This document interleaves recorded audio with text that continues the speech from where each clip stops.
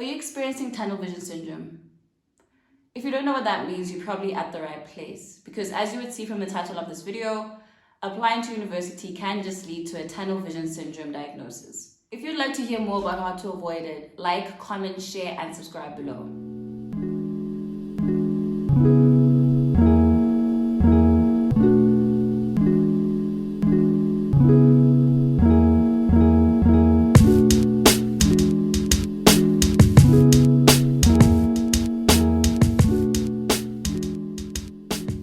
Thank you so much for joining my YouTube channel, and you're probably watching this video because you're applying to university and you don't know where to start. And just to give you my backstory as to how I applied for university. So in high school, my subject choice was accounting, life sciences, maths, and physics. That just sounds like a mess waiting to happen. But I was so inspired by a friend of mine who knew from a very young age that she wanted to become a doctor.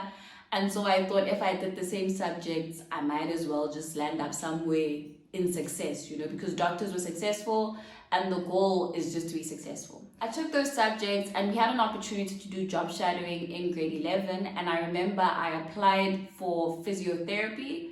I think I had read about it in one of my escapades on the internet one of those days.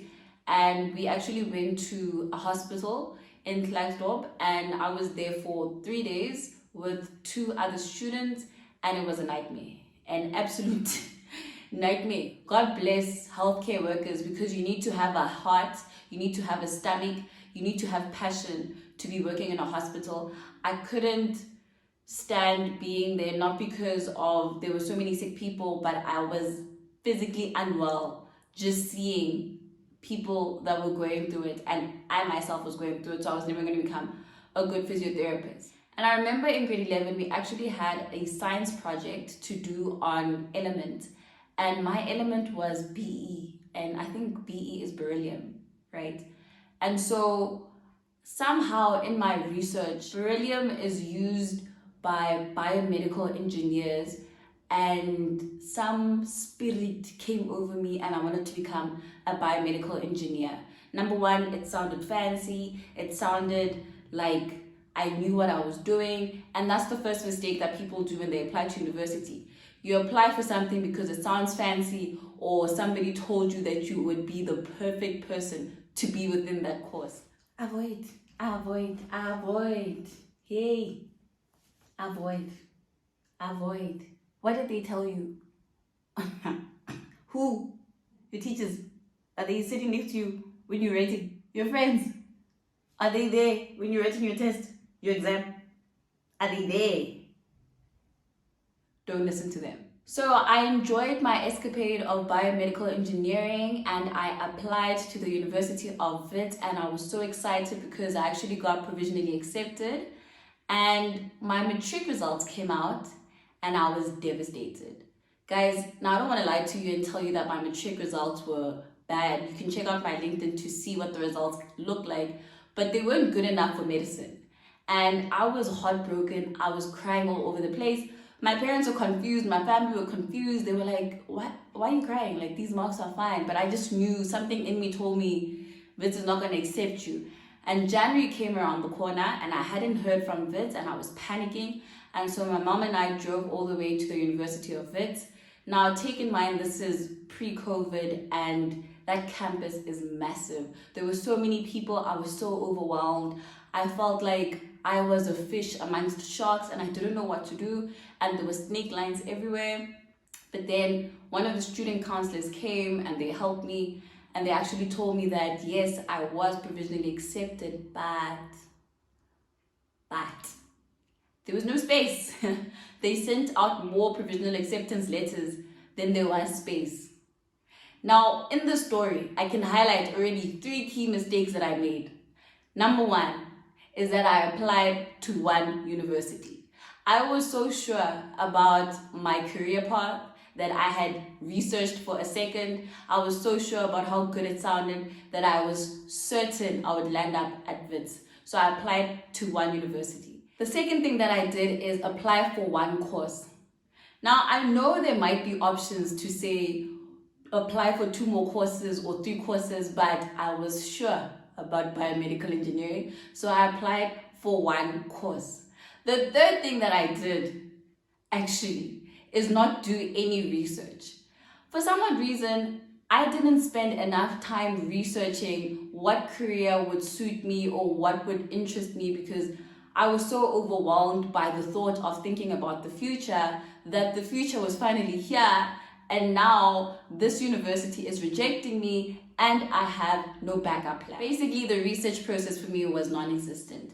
And God bless my parents, they are such loving people, but they never had a blueprint for me to become something when I grew up. They would just kind of like, do what makes you happy and we'll support you. Unlike my friend who comes from a family of doctors, so doctor was in her blood. So a few considerations that I would say you should take in mind when you are applying for university is, number one, first and foremost, please do your research. Like, all this time that you are spending on TikTok, on Instagram, could be put to good use. You can even pause this video right now and just start the research process. Number two, I don't know why this wasn't obvious to me, but apply to more than one university. Guys, I know there is some pride that comes with being an alumni of UJ or Wits or UCT, or I don't know, these big fancy universities. We kind of associate brand with qualification, but a job is a job, right? Even though in some companies they might prefer certain universities over others,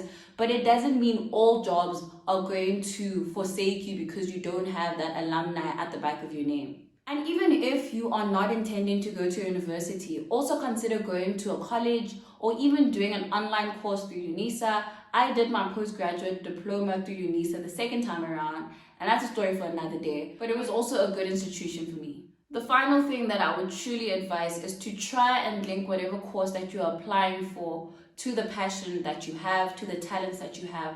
I know sometimes we are so overwhelmed by what people tell us we should be doing, what our parents are telling us, what our teachers are telling us, but you're going to be the only person sitting in that lecture room, sitting in that college room, sitting through those online videos, having to concentrate, having no interest because somebody told you that this would be a good choice for you. The other consideration that I would say, it might be taboo, but if you really are overwhelmed and you don't know what to do, consider taking a gap year.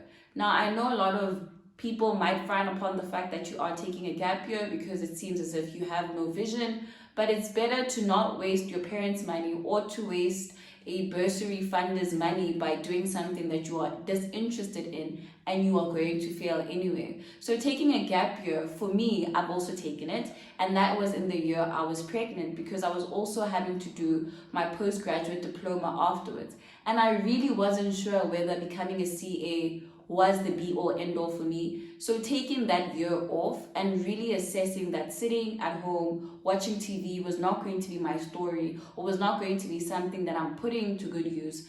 And so when I thought about maybe the CA thing is not a bad thing after all, I was more confident in my writing process, I was more confident in my exams, hence I passed the second time around. The first time around, it was a movie because I just didn't, I wasn't sure if this thing was for me. And that's what happens. If you're uncertain about what career path you should take, maybe it's best that you take a step back and assess your situation right there and then. You might also potentially look for getting into a job when you are in your gap year, just to build up your CV. You can do online courses through YouTube or even through these institutions that offer online courses, because after COVID, it has allowed us to go online and not necessarily be there in physical.